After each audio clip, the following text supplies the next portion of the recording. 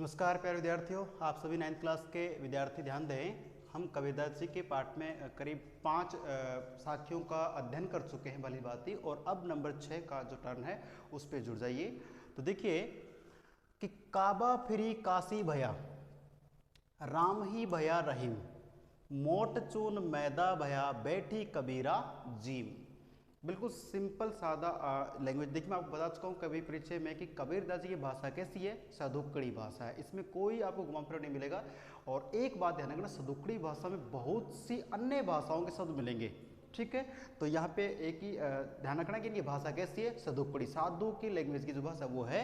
तो हम क्या कहते हैं, कबीरदास जी का एक ही ध्यान चल रहा है कि जो समाज में अज्ञानी लोग हैं उनको ईश्वर प्राप्ति के लिए क्या करवाया जाए। तो क्या कह रहे हैं कि काबा फिरी काशी भया। काबा क्या है मैं आपको बता दूं। काबा से मतलब होता है कि जो अपने आप को मुस्लिम कहते हैं और इस्लाम धर्म को मानते हैं, तो इनके लिए सबसे जो पवित्र, इनका सबसे बड़ा यूँ कहे भाई जो पूजा स्थल है वो क्या है, काबा। एक जगह का नाम है, वहाँ वो अपने खुदा का बहुत बड़ा मतलब पूजा स्थल मानते हैं मुस्लिम लोग। तो मुस्लिमों के लिए काबा एक पूजा स्थल है, बहुत बड़ा है। फिर यानी घूमते रहते, वहाँ जाते हैं आते हैं, जाते हैं आते हैं, काशी भया, ठीक है। और जो हिंदू लोग हैं वो क्या है कि काशी को अपना भाई क्या मानते हैं, पूजा स्थल मानते हैं अपने, ठीक है। भया, राम ही भया रहीम। तो देखिए राम ही, तो जो हिंदू लोग हैं वो अपने राम को भगवान मान के उनकी भी स्तुति कर रहे हैं, और जो रहीम है भाई वो इस जो मुस्लिम लोग हैं वो उनको मान के भक्ति कर रहे हैं, ठीक है। लेकिन यहाँ पे कबीरदास जी क्या कहते हैं, देखिए कि काबा फिरी काशी भैया, कि आप काबा और काशी को एक ही मान के चलें। कबीर के अनुसार, कबीर के नज़र में काबा काशी एक ही है, वो ईश्वर की जो पूजा स्थल है सबसे बड़ा स्थान माना गया है। राम ही भैया रहीम, और राम को ही क्या मान लिया, रहीम मान लिया। राम रहीम एक ही है, काबा काशी भी एक ही है। मोट चून मैदा भया, इसका एक दृष्टांत दे रहे हैं, उदाहरण दे रहे हैं। कैसे, मोट चून, मोट का मतलब होता है मोटा, ठीक है। मोट चून मैदा भया। अब देखिए जो गेहूं होता है उसको सिंपल अर्थों में, सादा अर्थों में क्या करते हैं, हम पिसवा लेते हैं गेहूं को। पिसवाने से जो आटा बनता है उससे हम रोटी बना के खा लेते हैं। तो उसको तो केवल चून कहा गया है, लेकिन उस चून से भी ज़्यादा अगर बारीक कर दे, बहुत ज़्यादा महीन कर देते हैं, तो वो क्या बन जाएगा, मैदा बन जाएगा। और ये एक अच्छे जीके की बात भी है कि आपसे पूछ ले कि मैदा किस से बनती है, तो आपका उत्तर मुझे लगता है कई बार हम चावल कह देते हैं, जबकि वो गलत है। गेहूं के आटे को अगर बहुत अधिक बारीकी से पीसा जाता है तो वही क्या कहलाते हैं, मैदा कहलाती है। ध्यान रखना, जो हमारे बहुत से व्यंजनों में, पकवानों में काम में लेते हैं। तो मोट चून मैदा वह कि जो मोटा चून था उसको और अधिक बारीक पीस दिया तो क्या बन गया, मैदा बन गया। लेकिन बना किससे, गेहूं से। ठीक उसी प्रकार से हम जो मनुष्य हैं वो ईश्वर की संतान है, ठीक है। परमात्मा सब कुछ है। फिर हम यहाँ पे जैसे कुछ लोग काबा जा रहे हैं, कुछ लोग काशी जा रहे हैं, नहीं, काबा और काशी एक ही है क्योंकि भगवान का पूज्य स्थल है। और राम और रहीम दोनों एक ही है। जैसे गेहूं का मोटा चून कहो या उसको मैदा कहो, बात एक ही है, ठीक है। आगे, बैठी कबीरा जीम। कबीरदास जी बैठ के उसको जेम रहे, उसका रसपान कर रहे, उसका व्यंजन का उपभोग कर रहे हैं। तो इस साखी में कबीरदास जी ने यही बताया है कि हम एकेश्वरीवाद पे ध्यान दें, मतलब अन्यतर बटे नहीं, अपने आप को बांटे नहीं, कि काबा काशी एक है और राम रहीम भी एक ही भगवान का नाम है। और ऐसे में हमें अन्य अलग अलग नाम से अलग अलग पूजा स्थल पर नहीं जाना है। और कबीरदास जी स्वयं कहते कि मैं तो एक ही गेहूं से, चाहे वो रोटी बनती है चाहे बारीक पीस के मैदा बनाऊं, मैं तो उसको जैसे जीम जीम को लोग खाना खाने भोजन कर रहे हैं, तो वो भोजन चाहे वो मैदा से मैदा का कुछ व्यंजन बना हो, चाहे गेहूं के आटे से कुछ बना हो, लेकिन है किसका, गेहूं का ही तो है। इसलिए कबीरदास जी कहते हैं कि हे मनुष्य, अज्ञानी मनुष्य, आप ईश्वर को अलग अलग रूप में बांट के भक्ति कर रहे हो, इससे अच्छा है कि आप उसे एक ही मान के भक्ति करें। तो उनका विश्वास है कि ईश्वर की प्राप्ति हो सकती है, जबकि मनुष्य अज्ञानता में क्या करता है, अन्य अलग अलग बांट के करता है, ठीक है। तो यहाँ पे एक मनुष्य पे आह्वान किया गया है कि ईश्वर की सच्ची अर्थों भक्ति करने के लिए, ठीक है। बढ़ते हैं आगे। ऊंचे कुल का जन्मिया, जे करणी ऊंच न हो। ये आप, मुझे लगता है कि आप जो 9th क्लास के बालक बालिका हैं कहीं ना कहीं सुन चुके होंगे, नहीं सुनेंगे तो बिल्कुल सिंपल अर्थ है। क्या है, देखिए ऊंचे का मतलब ऊंचा, कुल, कुल के दो अर्थ होते हैं। एक कुल का मतलब जैसे वंश भी होता है, वही वंश वाली यहाँ बात करें, कुल वंश होता है। ठीक है। एक कुल होता है, बड़ा ऊ की मात्रा कर दे तो किनारा हो जाएगा, छोटा है तो कुल वंश होता है, और एक कुल का मतलब योग भी होता है, कुल सकल, ठीक है, ध्यान रखना। कुल योग कितना है तो उसमें भी छोटे की मात्रा है कि और बड़ा कर दिया तो कुल का मतलब किनारा हो जाएगा। वो इंग्लिश वाला कुल मत समझ लेना, कुल ठंडा वो अलग चीज है, ध्यान रखना। अब देखिए ऊंचे कुल का जन्मिया, कि ऊंचे कुल में जन्म लेने से क्या, जे करनी ऊंच न होय, जे यानी जिसकी, करनी का मतलब उसके कर्तव्य उसके कर्म ऊंच न हो, ऊंच यानी अच्छी न हो, अर्थात कोई मनुष्य है, कोई व्यक्ति है, उसका जो जन्म है यानी कि बालक रूप में एक बहुत बड़े खानदान में, बहुत ऊंचे कुल में उसका जन्म हो गया, ठीक है। लेकिन केवल ऊंचे कुल में जन्म लेने से आप ऊंचे कुल वाले नहीं कहलाएंगे या अच्छे कर्म वाले नहीं कहलाएंगे। क्यों? जब तक आपकी जो करनी है, आपके जो कर्म है, आपका जो कर्तव्य है वो अच्छा नहीं है, तो चाहे कितने बड़े कुल में आप जन्म ले लीजिए, आप अच्छे नहीं कहला सकते, ठीक है, ये ध्यान रखना है। सुबरन कलश सुरा भरा, सुबरन, सु का मतलब अच्छा उपसर्ग है, बरन का मतलब वर्ण, उसका रूप, उसका सौंदर्य, तो सुबरन कलश, कलश का मतलब से एक लोटा भी होता है जो किसी चांदी सोना पीतल तांबा का लोटा हो सकता है, तो कलश का मतलब कलश भी होता है, मिट्टी का भी होता है कलश, तो ठीक है ना। और यहाँ पे हम कुंडल भी उसे कहते हैं, कमंडल आपने देखा होगा, ठीक है, साधु सन्यासी के पास होता है या किसी और पास हुई। तो सुबरन कलश सुरा, सुरा आपका मतलब जानते हो, एक होता है सूर, सूर का मतलब देवता होते हैं, ठीक है, लेकिन यहाँ सुरा है, सुरा का मतलब होती है शराब, ठीक है।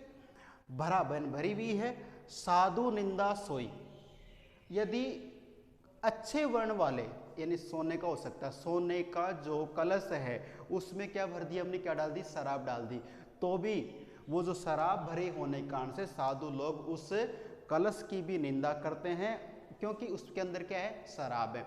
अब इसको ठीक से समझिए कि किसी का जन्म ऊंचे कुल में हो गया लेकिन उसकी करनी अच्छी नहीं है, उसके कर्म अच्छे नहीं है, तो ऐसे में उस व्यक्ति को अच्छे या ऊंचे कुल का हम नहीं कह सकते।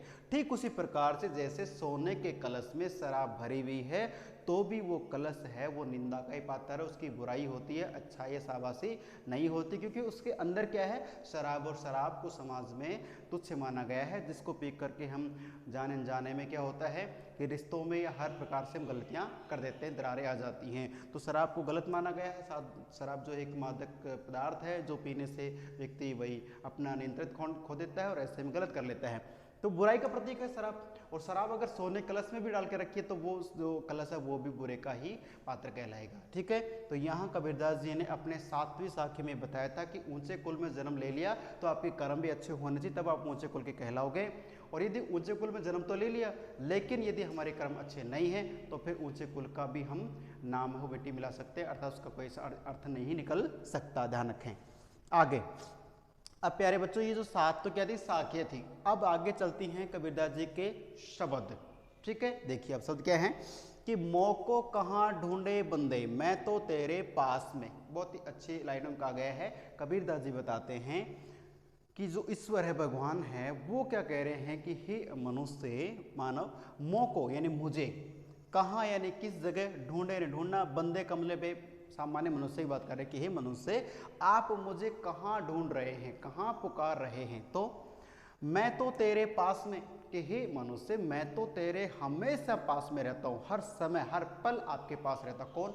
ईश्वर यानी भगवान हर पल हमारे साथ रहते हैं, जबकि हम क्या करते हैं, उसको अन्यतर कहीं जाके, जैसे कहाँ कहाँ ढूंढते हैं, ये भी प्रश्न आएगा। और प्यारे बालक बालिकाओं इसी में से प्रश्न बनते हैं, तो ध्यान रखना, इसका अगर आपको अर्थ समझ आ गया आप किसी प्रश्न का उत्तर दे सकते हैं। देखिए प्रश्न आ जाए कि कबीरदास जी के अनुसार ईश्वर को कहाँ कहाँ ढूंढता है मनुष्य। देखिए, ना मैं देवल, ना मैं मस्जिद, ना काबे कैलाश में। भगवान कह रहे हैं कबीरदास जी के अनुसार कि ना मैं देवल, देवल का मतलब देवालय अर्थात देवताओं का घर, से मंदिर मस्जिद गिरजाघर जब बात कर रहे हैं, तो ना तो मैं किसी मंदिर में, हालांकि मेरी मूर्ति लगा रखी है लेकिन वहाँ पे मैं मौजूद नहीं मिलूंगा आपको, ना मैं मस्जिद अर्थात ना ही मैं किसी मस्जिद में निवास करता हूँ, ना काबे कैलाश में। काबा अभी बात कर रहे थे, इसमें देखिए काबा क्या है, काबा जो इस अपने आप को मुस्लिम समझते हैं उन लोगों के लिए पवित्र स्थल को एक बहुत बड़ी दूर है उसे काबा कहा जाता है। तो ना मैं काबा जो बहुत पूजा स्थल है वहाँ पे भी नहीं हूँ, और ना कैलाश, कैलाश हिंदुओं का, जैसे कैलाश मानसरोवर की बात करें तो कैलाश पर्वत पे जो भगवान का मंदिर बना रखा है वहाँ पर भी मैं नहीं हूँ। तो फिर ना तो कौने क्रियाक्रम में और ना मैं किसी क्रियाक्रम, क्रियाक्रम का मतलब होता है जैसे हम, जैसे कई बार ये जो बाह्य कबीरदास जी के अनुसार बाह्य दिखावा है, जैसे मान लीजिए तिलक लगा लिया है, पीले वस्त्र धारण कर लिए है, या अलग अलग रंगों के, कोई सफ़ेद, कोई पीले, कोई नीले, कोई काले, इस तरह के वस्त्र धारण करते हैं, या उस पर कुछ राम रहीम कुछ लिखा होता है वो वस्त्र धारण करते हैं। ये भगवान के नाम पे जो भी तिलक छापा वगैरह सबको कबीर तो क्या कहते हैं, बाह्य अडकोसला कहते हैं। तो ये कहते हैं कि जैसे हम व्रत रखते हैं, रोजे रखते हैं, सभी को क्या कह दिए, जो ये क्रियाक्रम है इनसे भी मैं प्राप्त नहीं होने वाला। हालांकि ये मनुष्य अपने हिसाब से अपनी आत्मा को संतुष्ट देने के लिए कर लेता है, तो कबीरदास जी इनको नकार देते कि ऐसा करने की जरूरत नहीं है। कर्म में नहीं, योग वैराग में। जैसे मान लो कुछ लोग क्रियाक्रम कर रहे हैं, पैदल जा रहे हैं, या कुछ और दंडोत कर रहे हैं, और कुछ लोग योग साधना करते हैं, योग वैराग। योग वैराग का मतलब कि घर परिवार सबको छोड़ छाड़ के और आप अन्यत्र कहीं जाकर के बैठ गए हैं और भगवान की रट लगा ली है, तो योग वैराग। योग जो वैरागी होते हैं ना, सब कुछ त्यागने वाले, उसमें भी मैं नहीं हूँ। तो फिर किस में हूँ?